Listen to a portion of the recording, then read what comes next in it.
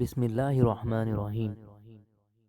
السلام علیکم دوستو، امید کرتا ہوں آپ سب لوگ خیریت سے ہوں گے۔ لاکھوں کروڑوں درود و سلام رسول پاک صلی اللہ علیہ وآلہ وسلم کی ذات اقدس پر۔ حضرت ابو سعید خدری رضی اللہ تعالی عنہ سے روایت ہے کہ ایک دفعہ رسول پاک صلی اللہ علیہ وآلہ وسلم کے پاس جنازہ کی نماز پڑھنے کے لیے ایک جنازہ لایا گیا۔ آپ صلی اللہ علیہ وآلہ وسلم نے فرمایا، کیا تمہارے ساتھی کا ذمہ قرض ہے؟ انہوں نے کہا ہاں۔ فرمایا، کیا اس کی ادائیگی کے لیے اس نے کچھ چھوڑا ہے؟ انہوں نے کہا نہیں۔ آپ صلی اللہ علیہ وآلہ وسلم نے فرمایا، تم اپنے ساتھی کی نماز جنازہ خود پڑھ لو۔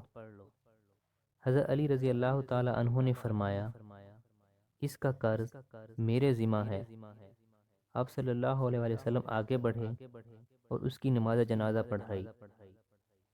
ایک روایت میں یہ الفاظ ملتے ہیں کہ آپ صلی اللہ علیہ وآلہ وسلم نے فرمایا، اے علی رضی اللہ تعالی عنہ، جس طرح تم نے اپنے مسلمان بھائی کی گردن آگ سے چھڑائی ہے، اللہ تعالیٰ تجھ کو آگ سے آزاد کرے۔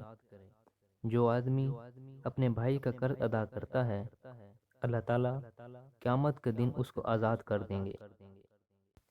حضرت ابو ہریرہ رضی اللہ تعالی عنہ سے روایت ہے کہ نبی کریم صلی اللہ علیہ وآلہ وسلم نے فرمایا کہ ایک تاجر تھا جو لوگوں کو قرض دیا کرتا تھا۔